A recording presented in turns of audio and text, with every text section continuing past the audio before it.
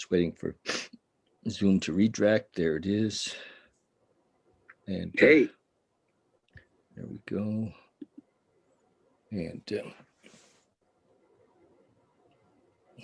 darn, I thought I changed that, but I didn't. Okay. Hang on. Okay. We are up and live. That's awesome. Hey, buddy. Hey. We're here. Hi, everyone. We're here today with Eric Mortimer, and Eric and I have known each other for, I don't know, I'm going to say 10 years. It's been 10 years? Probably about 12. Okay.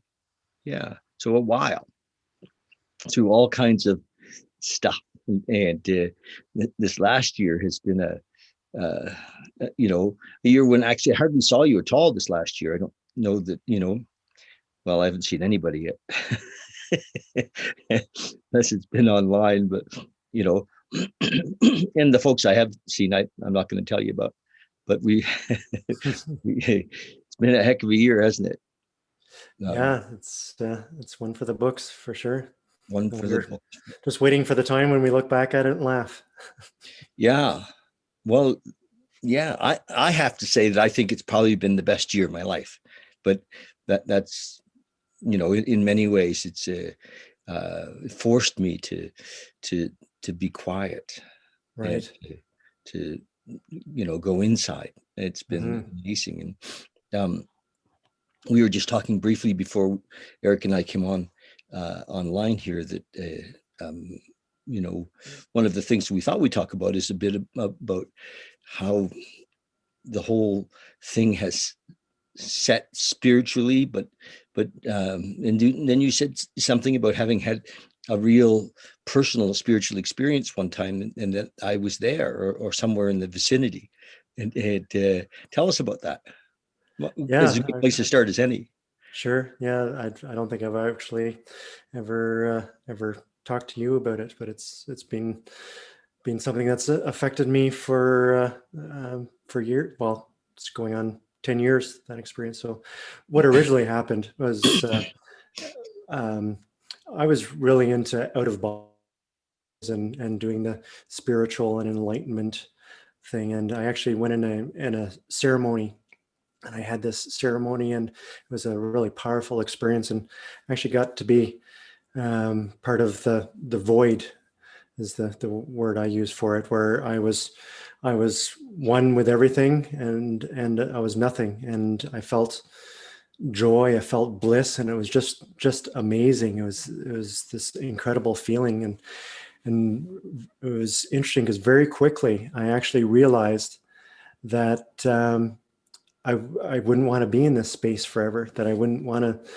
be in eternal joy and eternal bliss and without a body. And I understood, they talk about how, how angels want to come down to be on this plane to experience what it's like to be human. And I started having those kind of realizations, knowing what a gift it is just to be able to feel something, be able to push something, to move something, but also the full emotions. I really got that, yes, it's great to experience bliss and all that, but I also understood that the full gamut of emotions is what we're here for. And shortly after that ceremony, I ended up breaking up with a girlfriend that I had at the time, and got to put that experience to the test, and it actually ended up at a party at your place.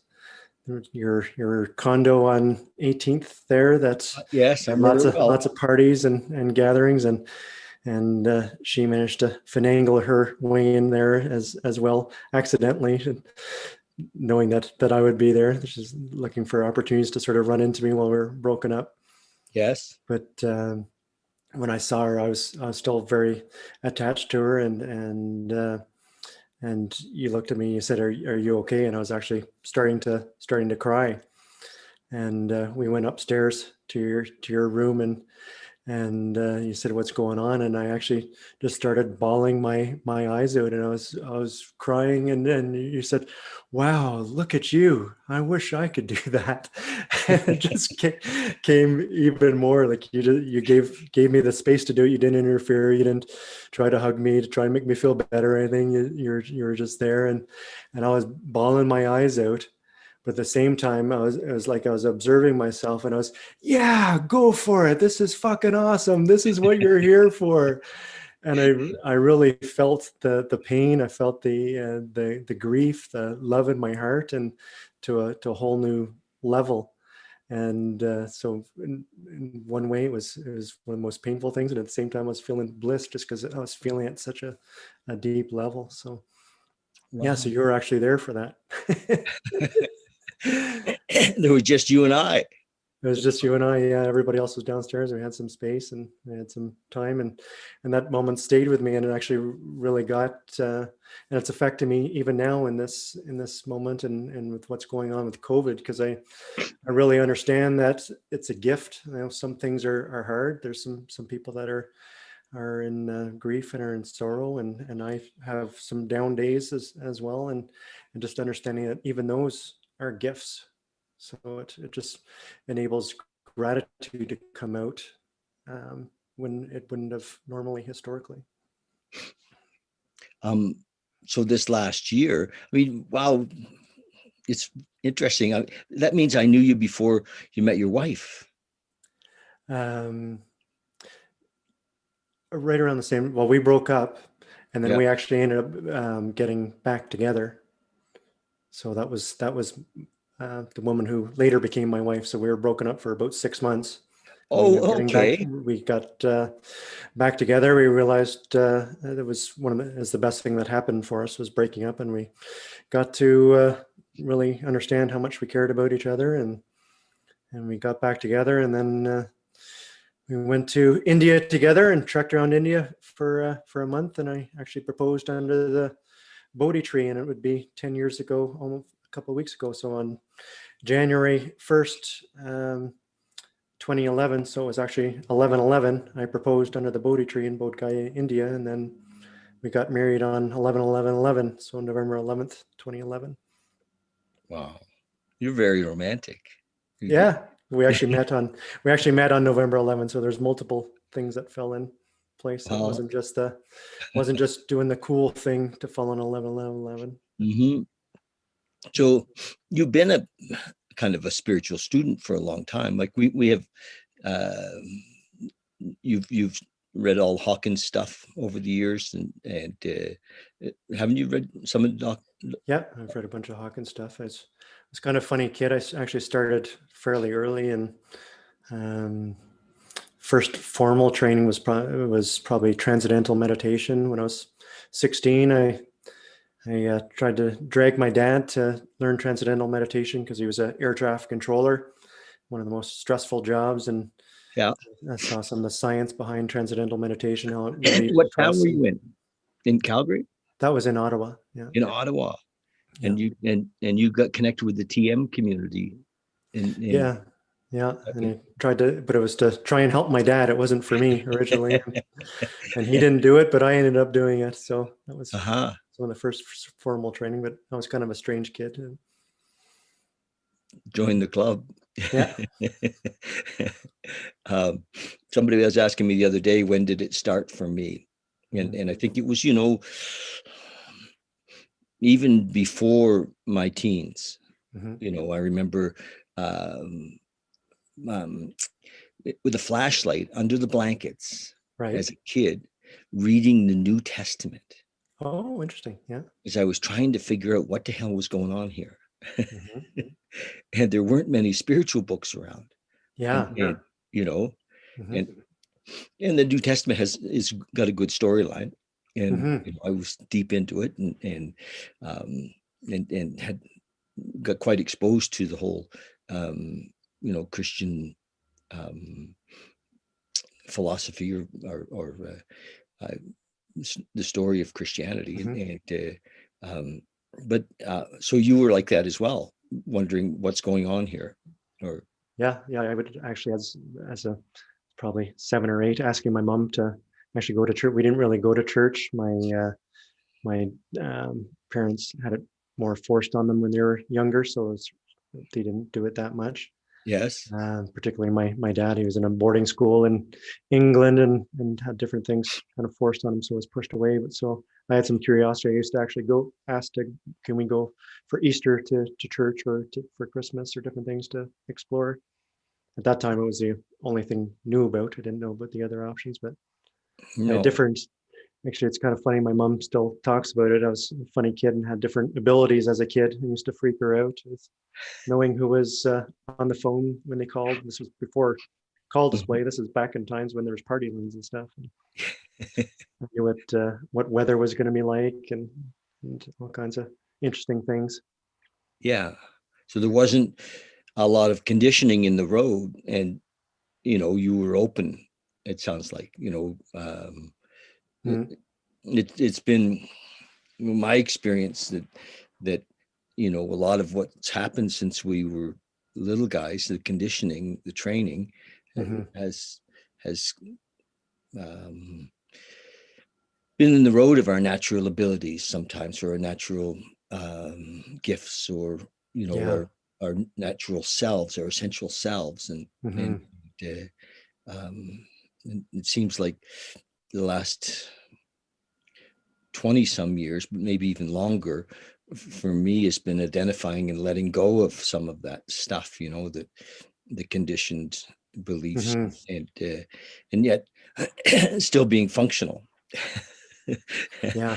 Because it does seem like we are here, and there are things that are happening around us, and I just finished listening to Papaji, who was Muji's teacher. Mm-hmm. Today I went for a walk and had an hour of Papaji, and he basically says that it's all thought. There's nothing here. It Mm-hmm. just nothing, and he breaks it down to totally to that it's all thought, that there isn't anything, and which is I can drop into that space of nothingness, Mm-hmm. but I don't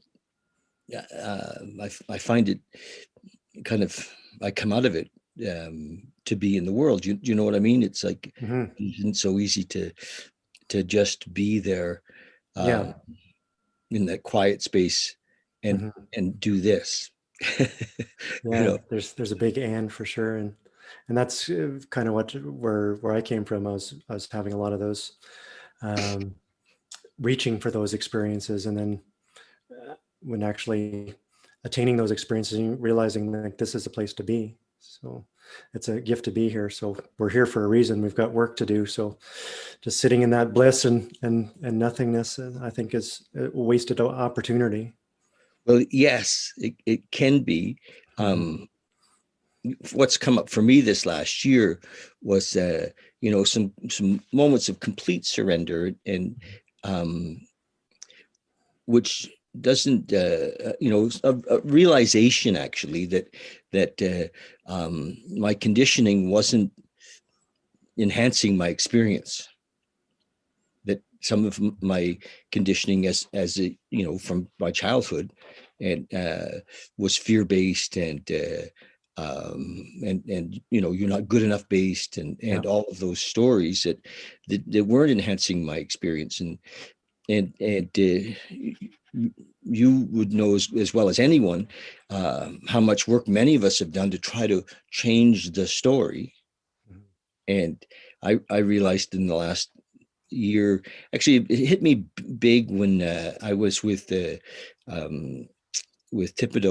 with Mr. Thibodeau, doing Mhm. the enlightenment intensive, and Right.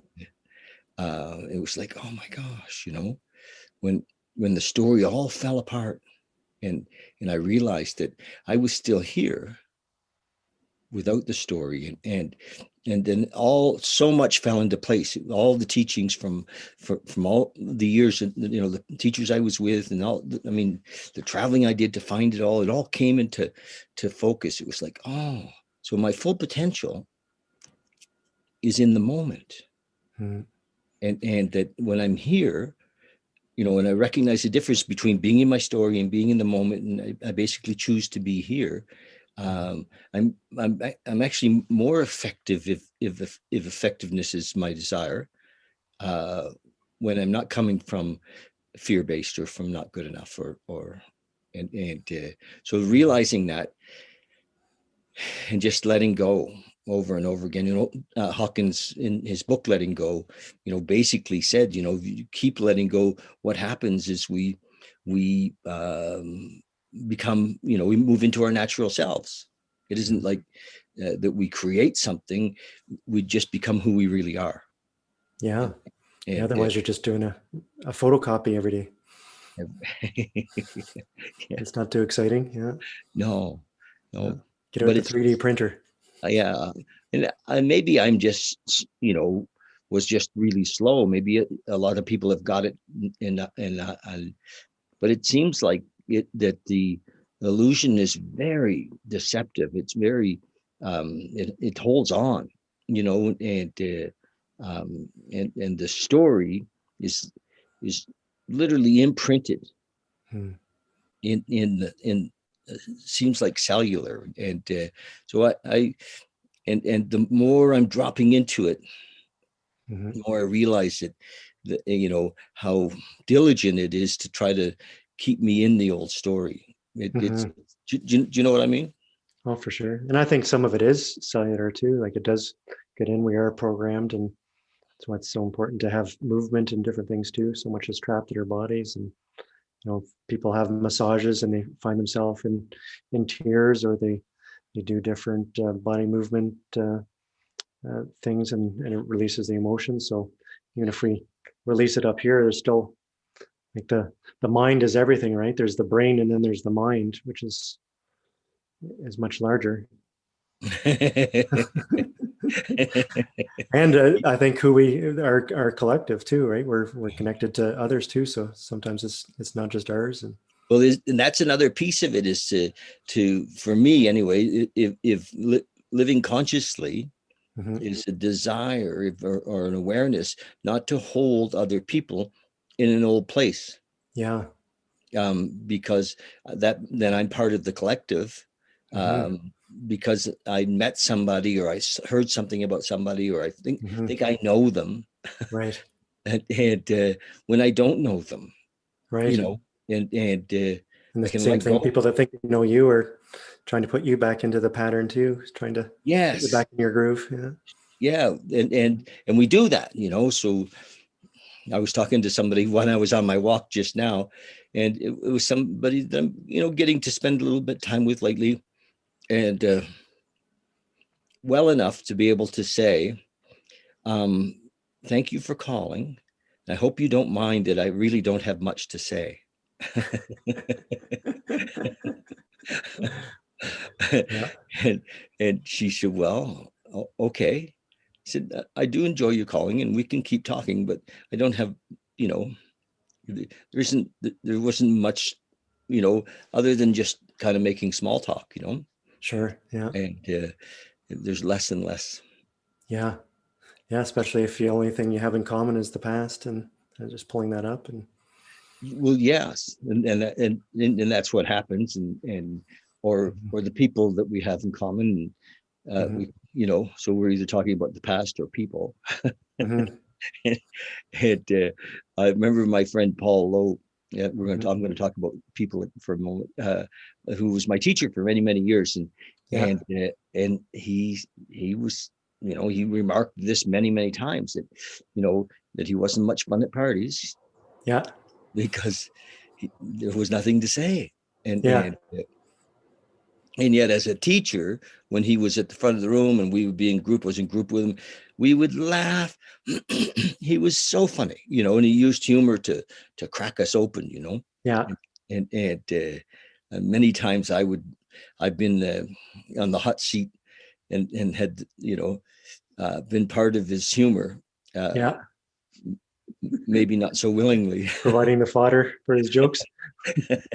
Yeah, yes, yeah, and That was generous of you. yeah, but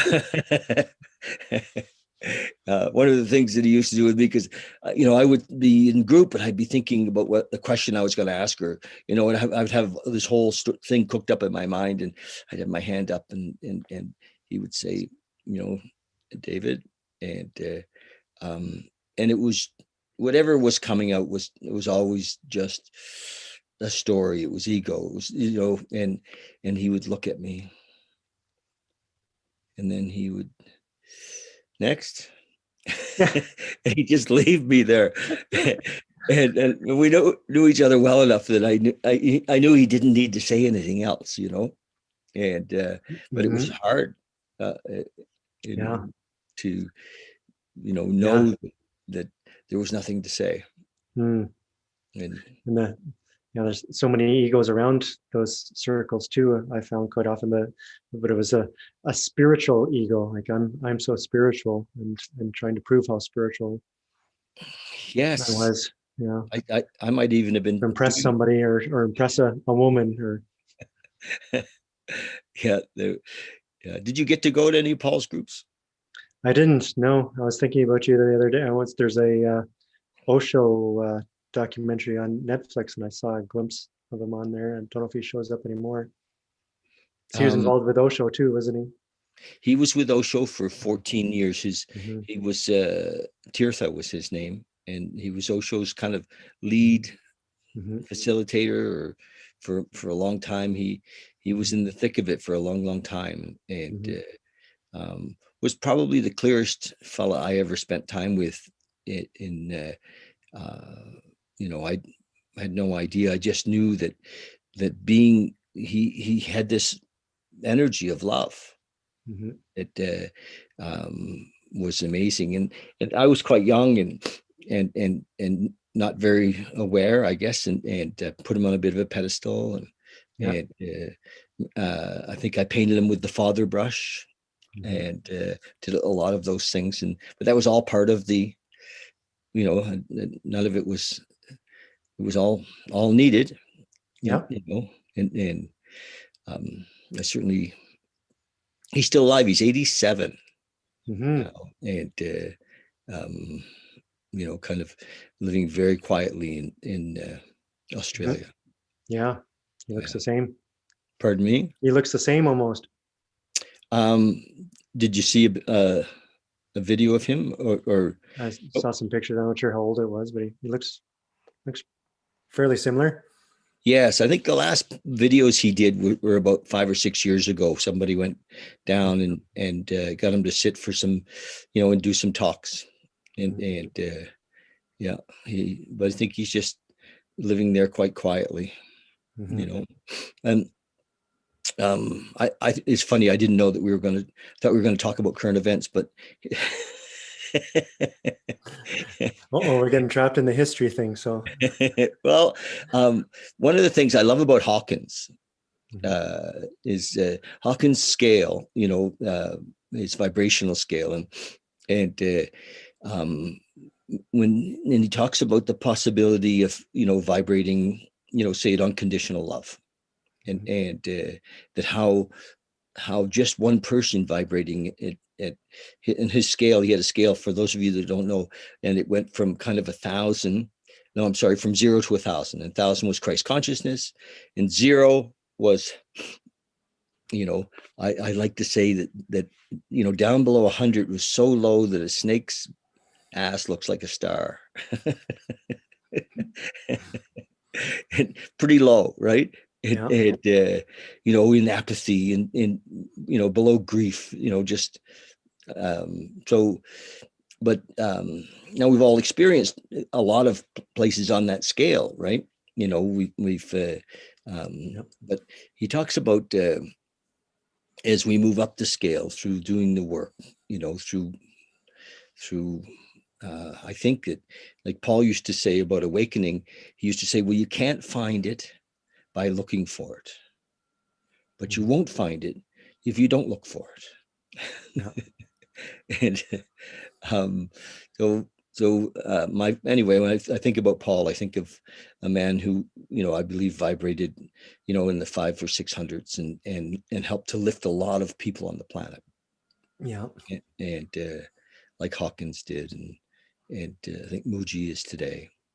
Is And that other saying that it's a matter of luck if you find enlightenment or awakening, but doing practices makes you prone to luck.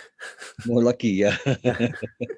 Yeah, No guarantee, but yeah. You yes, gotta show up at least. Yeah. yeah, yeah, for sure. So what have you been doing this year? Like, tell us about, the last 9 months.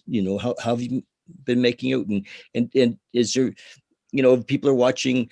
You have a lot of folks that look to you as, over your years, you've been always at kind of the front of the room, sharing with people. And let's use this for a moment to, if you want to talk about the last year or what you see Sure. coming up, or advice for people, or. Yeah, well, it's another example of it. The positives from COVID when it hit.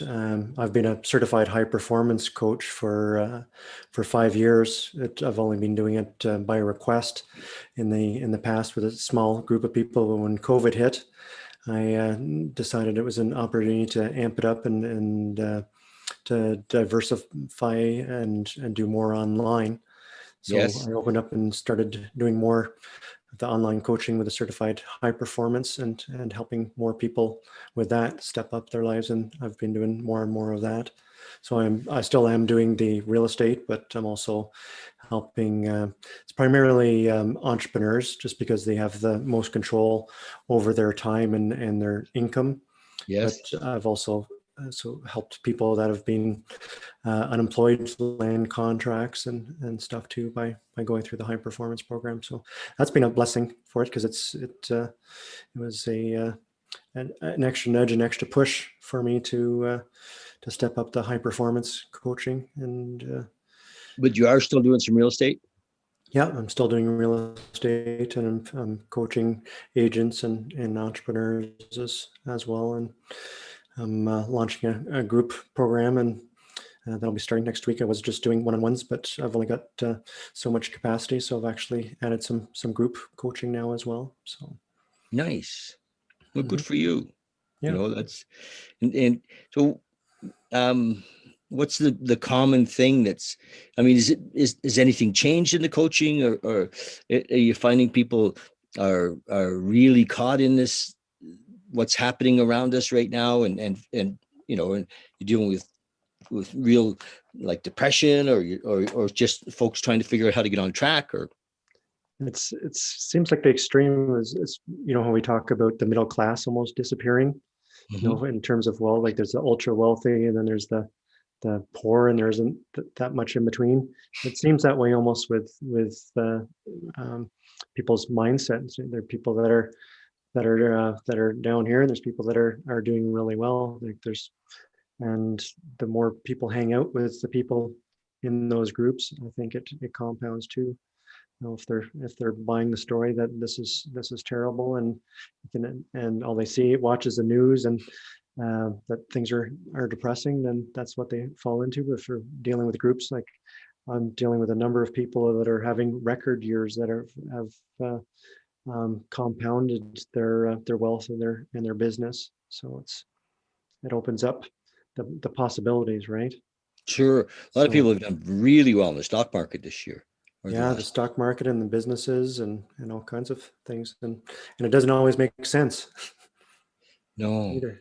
Like what you think would be doing well isn't, and vice versa. Yes.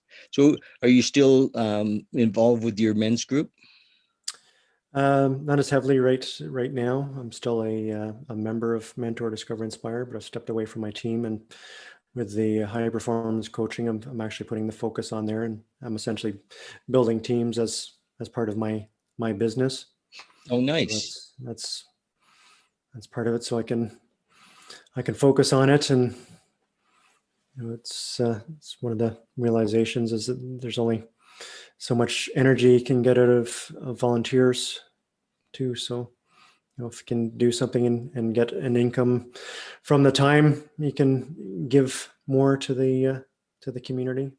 Yeah, yeah. More to the endeavor, for sure. Mm-hmm. I had just, what do you think is going to happen this year? What are you going to do? 2021. What got any, forecasts? Um, what's your crystal ball say about the next 10 months, 12 months? Yeah, it's a tough one because it's not making a lot of sense right now. Like the stock market and real estate and different things. I'm not sure they should be climbing the way they are because the fundamentals aren't really there. It seems like a shell game. It's So real estate in yeah. Calgary hasn't taken a beating? Real estate in Calgary, the average is -1 over the past year, and a big part of that was because of the beginning and we've had uh, it's been soft for a few years, and the first quarter was soft because of oil, and then COVID hit and there were shutdowns. It was soft, but after things started to open up and interest rates became free, they've picked up, and our December is the highest December we've had since 2007. So sales are actually pretty strong. But other areas in the country, like the Kitchener, Guelph, Waterloo area, for example, is up 18%, which is just crazy. It is. Um, But just along that line, my daughter's in Squamish, mhm. and it's just booming. Yeah. Her sister-in-law's a very successful realtor, and a lot Mhm. of it's people who've realized that they don't have to live in the city to work right now. Yeah. So the suburbs are doing well, and that part makes sense that they're moving out. But Yes. yeah, as the apartments, people don't want to be in high rises and sharing elevators and that kind of thing. So moving out and Yeah. So she says that, like, it's just gone crazy out there, and Mhm. you know, and I think it's happening. We can live just about anywhere right now. A lot Yeah, of people can, and work which is from home. fantastic. Yeah, as long as there is the jobs, as they some of the stats is something like 30% of businesses are down in revenue 30%. So Yes. like I think a lot of those things haven't come through, and a lot of the businesses from the first wave have done some financing. They've borrowed against things, and then the second wave hits. So there's some people that are leveraged. Yes. So they could be running out of savings, or they could be running into some other issues, and the printing more money can catch up. Like if you ever seen the movie The Big Short, Yes. so same idea. I think it didn't make a lot of sense that there wasn't the collapse going on in states where people had the ninja mortgages, like ninja, no income, no job, no assets, Yeah. and they were getting financing, but. Yeah, so it's strange. So I wouldn't have guessed it as strong as it was. So I'm the wrong person to ask right now. No, that's Right. okay. I mean, I think if that's what you see, that's what we want to hear. You got Mhm, your finger on the pulse, mhm. and But right now it's strong, and there's demand, especially in single family houses, and as people are moving there, and the money is free. Like there's mortgages as low as 1% that you can get right now, which is crazy. wow. I have a friend, Kenny, who's been in the oil business a long, long time, Hmm. and actually we have a friend, um, and he's in our city, in that industry, which we've been a bit of a one horse town for a long time, industry wise, and he thinks this year is going to be a big year, that Okay. there's been so little new reserves come on the market. So Yeah. the exploration's been way down, and stuff's been drying up, Right. uh, and he thinks we could see $100 a barrel Wow. this year, Yeah, and that'd be good. It's having yeah. that pent up demand and add some optimism. And Well, generally, what happens too, and when that happens, it takes a while for the employment to start, and then people to start coming back. And when they come back, generally they'll rent for the first while too before they buy. So it mhm. takes a while for the real estate to catch up. It's kind of a slow moving Yeah, if stuff happened ship. this year, you're right, we'd see more of it in next year. Exactly, but at least there's the optimism that starts happening. And Yeah, yeah. He even said next year could be double that. I know that sounds really crazy, but you should give him a call. He's got some, mhm. I mean, he's really studied it, Yeah. and he knows what the reserves are globally, Mhm. knows what that there's still growth happening in use, Mhm. how much, and even though there's been a bit of a downturn because of COVID, that's going to come back up, and Right. and we won't have the reserves. So it's interesting for locally, if Yeah. we're looking at what's coming up. Yeah. If if he's Hmm. 50 or 60% right, that's still Yeah. pretty positive. Yeah, exactly. Yeah. Yeah. And it's people that at that level, then people that he's talking to that know what's further down the path for sure. Yes. Yeah. Oh, look at that. Ethan Elwins just came on. Do you know Ethan? I do. Yeah. Yeah, you do. Hey, buddy. He said we were going to go for a walk today, he and I, and we put it off till tomorrow. So, Right. and I have we have quite a few people watching us on Facebook, which is kind of fun. Um, Fantastic. so, any Thank you. thoughts? What do you anything you'd like to share? Um, you know, Well, the biggest thing is kind of where we started, is like this is an opportunity for us to dive in. And I'm still a big believer that everything that happens to me happens for me, either to strengthen a weakness I have or teach me a lesson I needed to learn. yes, So there's a lot of lessons out there happening for people. And I would say take those lessons in, take them as opportunity. It's like you moved from preschool up to high school up to university in terms of lessons right now, and just step up. It could be an amazing opportunity, just like you were talking about. Like, it's been your best year, so the best can be in multiple ways. yes, and But the big lesson for me was that there's no lesson.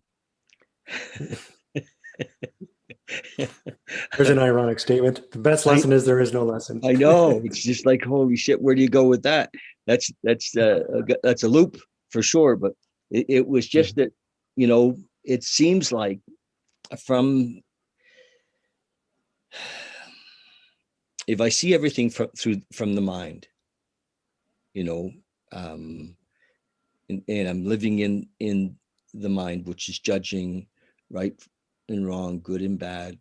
That it's always has an opinion. It's always either in complaint or in gratitude. You know, um, we we I'm always going to be trying to manage the show, and I've just realized, and it took me only 40 years, but it just and I mean, I'm going back to about mid 20, when I was in my mid 20s, when I consciously started to look. I was looking before, but Hmm. but not as consciously in it, and it just has taken forever to realize that I can't reprogram. I have to surrender, and when I'm making assessments about situations, it's always from the mind, and it's always from my programmed mind. So I even if I think something's a lesson, it's me judging a situation, and often um, I've used that. Well, at least I got the lesson, as a Hmm. kind of as a like an excuse in some way to you know or some way to color it, so it wasn't, I didn't recognize that I had been trying to run the show. So Yeah. my game, if you will, is to stay out of the road, Right. and and to watch, to be the observer on an ongoing basis, to watch, when am Hmm. I, uh, to just to continue to be aware. And I remember when Paul taught us this years ago, and I would say, I remember saying, "You mean like all the time?" He would say, "Yeah, be here now, like Yeah. always." Hmm. Yes, but I wanted to fathom it with the mind, and I realized that you know, with the mind I couldn't see it, Hmm. and that in so what I'm watching for now is when I'm not in the moment, when I'm in Sure. thought, Hmm. and not to do anything other than to come into the moment with awareness. So if fear comes up, or and usually it's more if I'm by myself, the mind starts to spin stories about whatever, and so to then there's like this observer, the beyond even there's the observer of the observer, but there's this other entity that's seems to be in the moment that says that all of a sudden brings awareness to what's happening. It's like, oh, look at you, Mm-hmm. oh, that. Or when fear comes in, it's just like, oh, look, and it sees it, and Right. as soon as it's aware, then the fear runs away or Mm-hmm. melts, and and also the kind of the trick is to not have any angry energy with fear, or with the story, or with the complaint, or with the judgment, on a personal level, just to acknowledge it, say, oh, look at that, Yeah. there he is, and because with some compassion, I recognize that that entity, that being, is probably like a 13-year-old David. Yeah. Do you know what I mean? Yeah. Like, Or it's being generous, probably. A lot are locked in at 7. okay, 7 to Yeah. 13, and Yeah. and scared, Yeah. and Mm-hmm. and and and uh, and conniving, and you know, um, so I mean, we've been together in enough situations that you've seen, and that 13 or 10-year-old David, and Mm-hmm. yeah, because Yep. sometimes he just can come right out, and Yeah. yeah, I've struggled a little bit with, um, when we think about Hawkins, you Mm-hmm. know, and I mean, there seems to be a long way from living in fear and guilt and shame and anger and desire to, say, living in acceptance, joy, unconditional love. And as we Mm-hmm. move up the scale, some amazing, we can have an amazing life at 350, Mm-hmm. or 400 in his scale, you know, Yeah. and and mine sometimes likes to say, well, it's not even worth it because there's no way you can't Yeah. live it in Yeah. unconditional love, so just forget it. We're getting the ego in there, and I'm at 800. Yeah. Calibrate me. I'm at 800.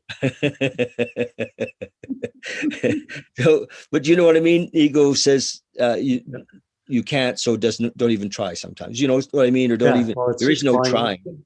It's like it's clawing back. It's like the crab that doesn't Yeah. want a new version of David to pop out because it knows you the way it is and it's trying to protect you. Yes, Well, even Hawkins. Though you mentioned Ethan is on here. Ethan and I were at Hawkins' last talk in Arizona together, and he had the little teddy bear used to hug. That was his ego, and he would hug it. So it wasn't an evil thing. Wasn't something wasn't that an he enemy. No. Yes. Yeah. wasn't an enemy. Something he hugged. But something came up for me when you're talking about surrendering, and a lot of people I think get triggered when you hear the word surrender because it's like giving up, or at the end of a war or whatever, waving the flag and I surrender. One word that I found helpful is joining, or joining with. So it's not actually surrendering and giving up, you're joining with. So it's not surrendering to God, it's joining with God. And it's a very fine difference, but for some people that can make a difference. The small hinges swing big doors sometimes. Yeah. Yeah. Well, I like that. And of course, with the Enlightenment Intensive with Trevor, the realization is that we are that. You know, Yeah. Well, we're already joined. Yeah, we're already there. Yeah. So we it's are just that. acknowledging that we're joined, that there is no separation. Yeah. Yes. Yeah. And Mhm. so, you know, it's been, for me, this last year, I've kind of, without much thought, started doing a reading every day. In the morning, I do a reading from the 12 step from a little book that's called 24-Hour Day Book, which is 12-step based. And I give a little talk before the reading. And generally, I don't know what the reading's going to be. I don't even look at it. I just, whatever comes up, I talk about, consciousness or surrender or letting go of judgment or position. A lot of us have been, holding, a lot of folks in this world right now are holding a position on right or wrong around politics or theories of conspiracy and all that stuff, right? And so I talk about those kind of things, and then I do the reading, and in the beginning, and I started the 1st of May, it was easy. It was like, oh, this is fun, and so it's still fun, but I feel very exposed now. It's like, wow, it's happening every day, and I'm watching stuff coming up in me around, ego saying, "Who do you think you are?" All of that kind of stuff, and then sometimes just sharing that in the talk that that this stuff is happening, and of course, ego doesn't want me to share that, and whoever me is that's sharing that, but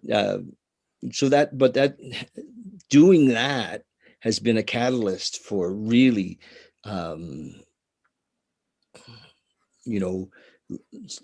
looking at myself, looking at the whole story of David, and it's an everyday thing. So it's not, there's nowhere to, I'm just doing it, and I love that being a catalyst too. I love that because you are inspiring others to do the same. So and putting these videos out as well. You never know where the ripples are going to go. Well, yeah, exactly. And I guess, and you're right. And that's not my business either. No, you can't control it. You don't have the expectations, but at the same time, your vulnerability. I was actually speaking with somebody about this yesterday, and we were talking about Batman, and I like using Batman as one of my heroes to sort of come from, like being the picture Batman on the edge of a building looking out and so like an archetype, kind of like an archetype, power and all that, and we're talking about authenticity and vulnerability, and I said, well, how many people would like to watch Batman, if he didn't show Bruce Wayne and didn't show his faults and his vulnerability and his process that he's going through and all that? Like, not too many people would watch. So that's kind of what you're doing, going through, even as if you're processing and you're working, you haven't got it all figured out. Well, people are relating to you, and people are in that same thing, and people are going to love you that much more by sharing that. So thank you for doing that. Well, thank you. And even letting go, whether people like it or love it, is part of the process, and it's like, and sometimes, some days I'll sit down in front of this little camera here and have no idea, like none of what, like no preparation. Sure. Actually, this morning was kind of like that. And whether they like it or love it, it still affects them. Yeah. Just so like we were talking about the AA meetings or whatever affecting them. Or I did years ago, I did a talk. You're an exhibitor there at the Seed event. I did a talk, Dare to Do Something Different, for 2,500 people, and talked about the experience of giving away money downtown and how difficult it was. And part of my talk, I actually did a flash mob for everybody to appreciate, to send a message of love and appreciation or gratitude to 2 people from their cell phones. So we had 2,500 people sending out 2 messages. So we had 5,000 messages going out, ripples going out from that one talk. I remember that talk. I said, I was an exhibitor in the hall, but I also went and listened to your talk. Right. Yeah. I remember that talk. That's great.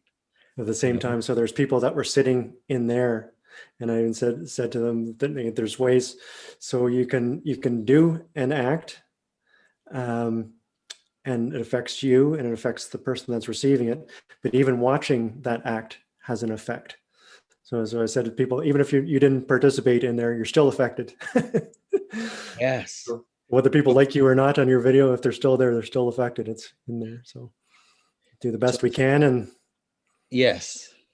Yeah. And I I think that prayer connects us with the moment, mm, and that, all power is in the moment, like Eckhart Tolle said, you yep. know, and the power of now. And so I use that, not in a way to some objective, separate entity, some deity, some idea of a God, but that it brings, prayer actually brings me present, brings us into this second. And so often, it's like a tool in a way to um, take me out of myself into the moment, and be my small s self, Mhm. as as Dr. Hawkins used to talk about, the small s and the big S. And anyway, so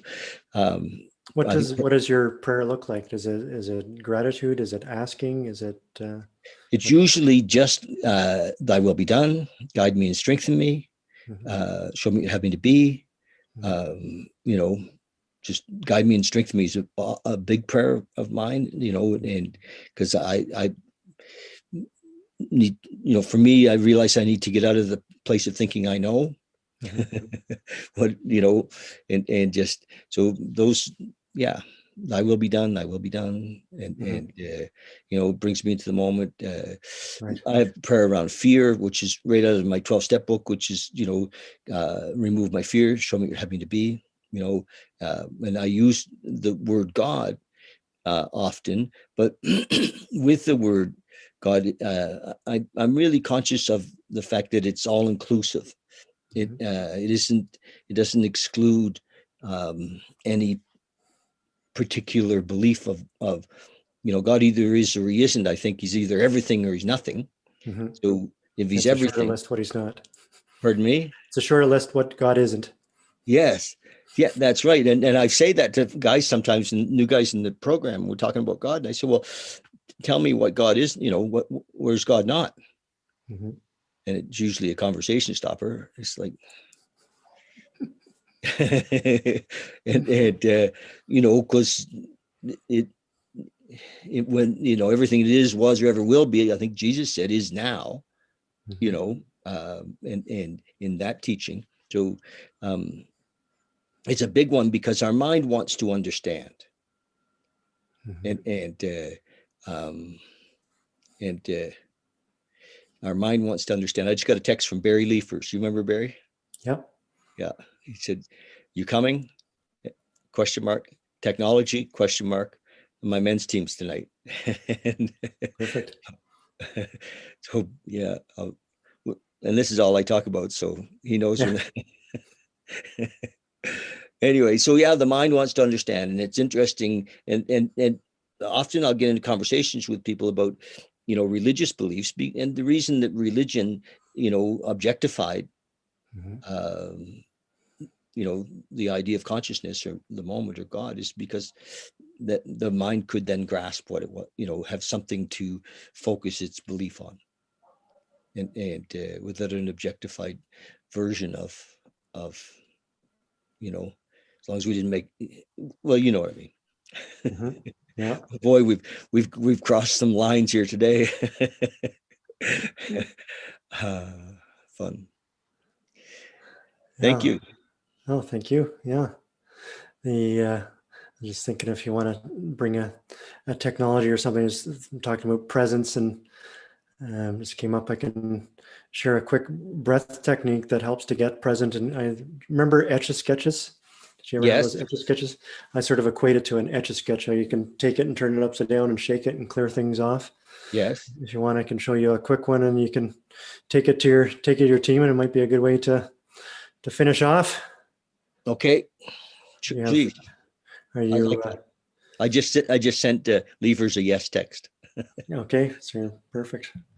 So you don't need to to move because you'll have to rearrange your camera and stuff, but I can explain normally how you would do it with your posture. So you would stand and just go as if you're standing. You can sit here just for this. Stand with your feet shoulder width apart, your knees slightly bent, and you're hunched over, ready to go into action. And what you're going to do is you're going to breathe in and out as forcefully and as quickly as you can in through your nose only. So in and out through your nose with your mouth closed. Your mouth is closed, but you've got a big smile on your face. And the whole time you're doing it, you're clapping. So you're going to go 20 times in and out as quickly as you can through your nose, as forcefully as you can. Do you clap on the out or clap on the in? Just as you're going, just as the speed. And I can demonstrate it first, and then we can do it together and finish off. So after the 20 breaths, you do 5 more claps, and you say, I'm ready, I'm ready, I'm ready. So 5 times, I'm ready. So it's a great way to clear things off, and I think a powerful way to end the recording too. And I'm ready. If people are watching, do it together, but I can show you first if you want. You want me to show you first so you can demonstrate? Okay. Yep. So my knees are bent. I'm here to watch for, I might have some snot boogers come out because it's forceful.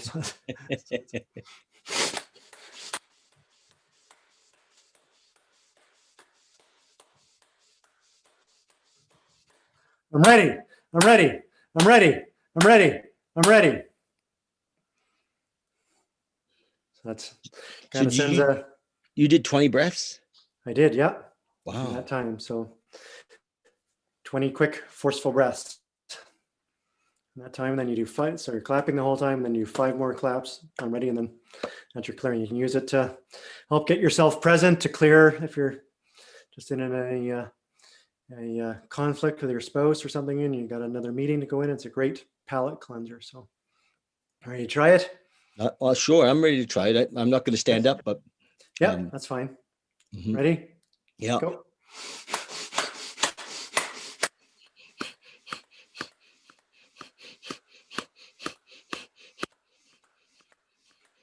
I'm ready. I'm ready. Ready. Ready. I'm ready. Ready. I'm ready. I'm ready. Ready. I'm ready. Ready.